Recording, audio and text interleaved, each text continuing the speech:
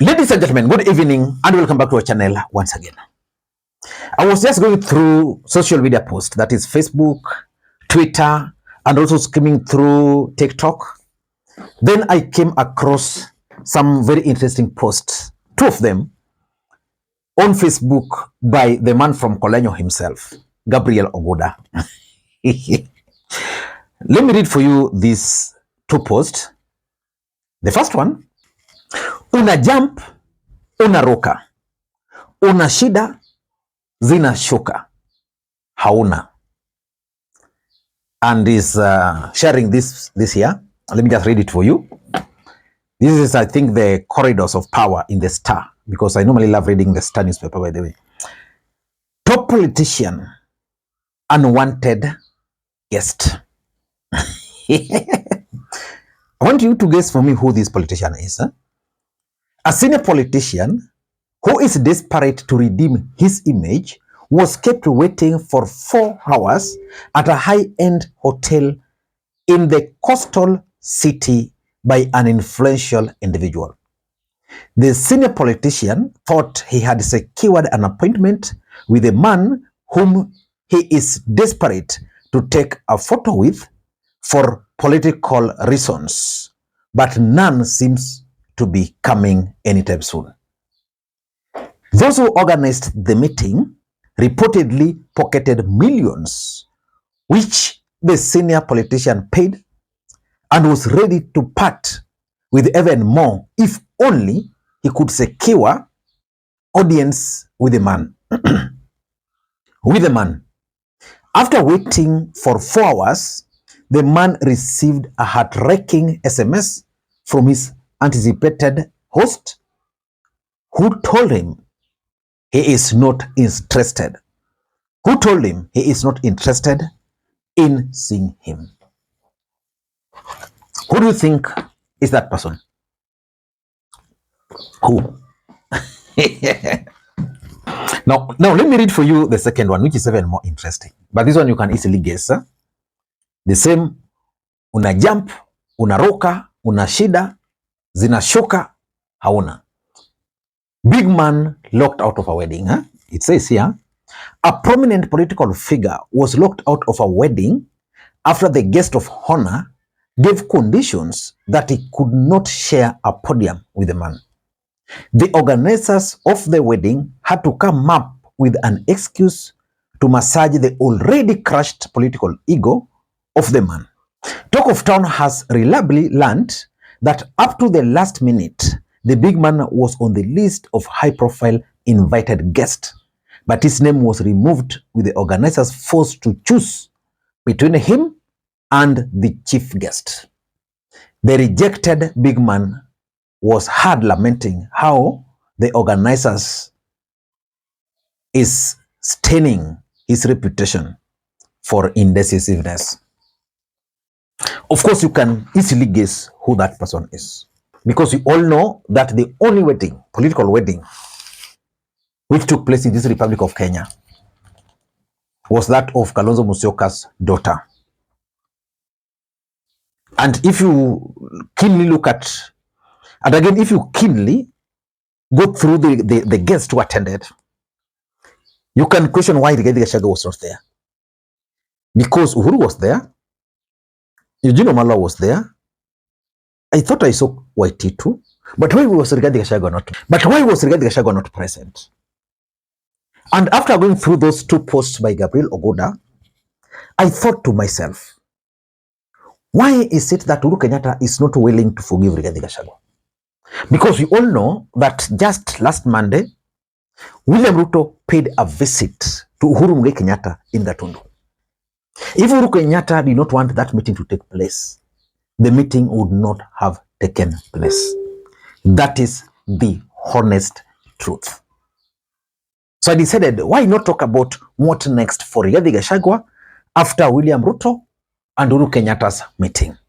And that's exactly what I want us to analyze in this video. But before we do that, for those who are watching this channel for the first time, please take a second or two, click that subscribe button so that next time we produce a video like this, YouTube will automatically notify you. And to the subscribers, I want to continue thanking you guys for your continued support, because without that support, this channel cannot be where it is. Ladies and gentlemen, without any further ado, allow me to dive in. And again, before I dive in, allow me to also introduce you guys to LemFi. LemFi is a mobile money app for users in the UK, Canada, and the United States of America to send money back to Kenya. They offer the best exchange rates, and the money will be delivered instantly into your M-Pesa account, Airtel Money account, and of course, if you want, directly into your bank account. For example, I know most of you are now coming back to Kenya. You can transfer the money from there directly to your bank accounts here, those who run bank accounts here, so that when you come, your money will be there. You can download the app using the link in the pinned comment. Ladies and gentlemen, let us dive in. First of all, the meeting between William Ruto and the former president Uhuru Kenyatta is going to have serious political consequences.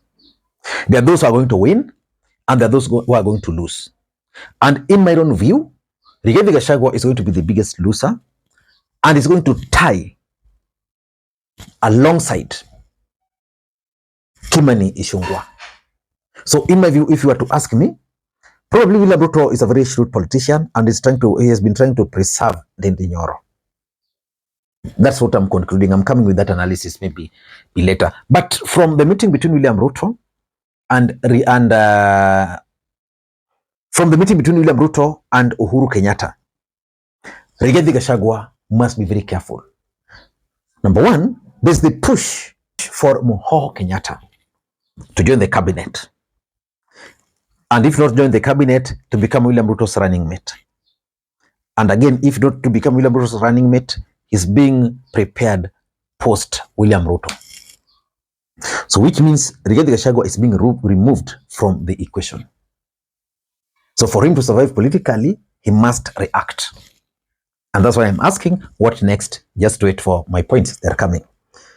Number two, there is also the Mount Kenya factor in 2027. I've always opined on this platform that the mountain can easily take William Ruto home. How? If, for example, Mount Kenya can decide that they are not going to vote for William Ruto the way they did, they are going to vote for, say, Kalonzo Musyoka. And then the rest of the country, some of them who are not very comfortable with William Ruto also decides to vote for Kalonzo. Even if the Luo nation will stick with Raila Odinga, William Ruto will go home. So Mount Kenya is going to be a serious political factor in 2027. Can Rigathi Gachagua sustain the grip he has on the mountain today? Or will William Ruto and Uhuru Kenyatta weaken that grip? Number three, there's also the call for Mount Kenya-based political party. And that is very critical. Mount Kenya-based political party. For Rigathi Gachagua, he needs a political party which he can control. For Uhuru Kenyatta, for him to survive politically, he needs a political party, even if it means Jubilee Party. For William Ruto, he might need a party for Mount Kenya, but maybe he might decide, let me just work with the current setup where he'll assume he's still the dominant party in Mount Kenya, then fail to secure seats, but there's that need of Mount Kenya-based political party. So, which formation will that party lean towards? So the biggest question between Rigathi Gachagua and Uhuru Kenyatta, who do you think whose party will be able to rise up in the mountain? That's a very critical question for Rigathi Gachagua. And lastly, Rigathi Gachagua must also know that clearly there are attempts to isolate him in the mountain. That's why Ruto decided to remove him. He's not enjoying the support of members of parliament. He's just there. Uhuru Kenyatta, who was expected to lend him support, clearly is not buying into that. But what next for Rigathi Gachagua? That's exactly what I want you guys to give me. Just spare me, like, I'm not going to take long, 3 or 4 minutes. Number one, I think Rigathi Gachagua, as a matter of urgency, must form his own political party. If there's one mistake the mountain committed in the last election. And Rigathi Gachagua has alluded to this on many occasions. Was their decision to enter or to join UDA party, knowing so well that UDA party was Kalenjin based, on the assumption that the fact that they had the Secretary General, the fact that they had the numbers, William Ruto was going to listen to them. So for Rigathi Gachagua to survive, he must have a political party. How is this going to help him? Number one, all members of parliament will now, from the mountain who are anti-William Ruto, will now find a home. They'll say, okay, if anything, now we have a political party. Number two, it will also help Rigathi Gachagua to start organizing Mount Kenya politics, because moving without a political party, it's not easy. Number three, it will also be able to help them understand or communicate with the mountain. That sasa sisi tuko na chama che, tulienda kwa ile party because it was not ours. Because if they fail to do that, Uhuru Kenyatta will revive Jubilee. Ruto will help Uhuru Kenyatta revive Jubilee. Then William Ruto will allow Uhuru Kenyatta to revive Jubilee. Then Uhuru can then now use the goodwill in the mountain to consolidate the mountain. Of course, with the help of William Ruto under Jubilee. So he must form his own political party. Number two, he must also rally the elected leaders around him. If there's one thing which William Ruto is good at, is working with elected leaders. For example, one of the allies of Rigathi Gachagua, the Kiambu Senator Thwanga CV, was awarded recently. He picked that award. And after Rigathi Gachagua's impeachment, there are members of parliament who have gone underground, who are very vocal in their support for Rigathi Gachagua. For example, the Kirinyaga women rep. After the impeachment of Rigathi Gachagua, she's no longer very vocal. Previously, she was very vocal. It means they were also taking some tactical retreat. William Ruto did something to Uhuru Kenyatta, which Rigathi Gachagua should not allow to happen. William Ruto ensured that he had the support of members of parliament from the mountain. For Rigathi Gachagua, he must not allow William Ruto to do that. Because if he will allow William Ruto to do that, he will not have people to help him.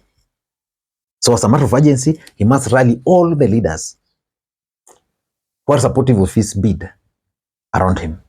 If he will fail to do that, he's going to regret. Number three, Rigathi Gachagua had started the anti-William Ruto sentiments in the mountain. The question has always been about the sustainability. Can he sustain that onslaught?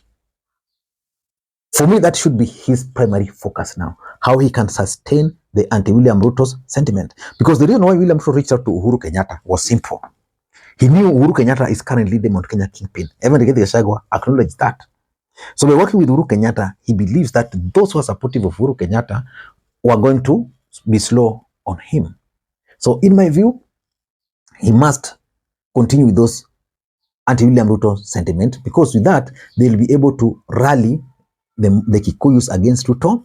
They'll be able to scare Uhuru Kenyatta from even joining Ruto, just like what happened. You see, Uhuru was supposed to attend the Jamhuri. He could not because the ground reception about their meeting was not well. They can also use that to make the ground hostile for William Ruto. Number four, look for Kalonzo and form an alliance. And they must agree who the presidential candidate is. But for me, the best presidential candidate in that situation would be Kalonzo Musyoka. Because if you have Kalonzo Musyoka, then you are assured of the Kamba votes. Then Rigathi will now persuade the Kikuyus to rally around Kalonzo. Kalonzo has been in Azimio, he was in NASA, which means he might also be having friends within the other side, which he can bring or can vote for him. William Ruto has become very unpopular, which means most Kenyans would rather vote for any other person, but not William Ruto. So if you were to form that party, then he'll have a stake in that coalition arrangement. Ladies and gentlemen, and lastly, consolidate the mountain. How can Rigathi consolidate the mountain? The mountain can only be consolidated using money. What is doing? Funerals. Unatuma pesa, unatuma watu wako, unapiga simu. Like that. You send members of parliament across the entire Mount Kenya. to address gatherings, and you talk through their phone calls. Ladies and gentlemen, for me, those are the options which Rigathi Gachagua has. What next for him? Until next time, this is Makwiny. Bye-bye.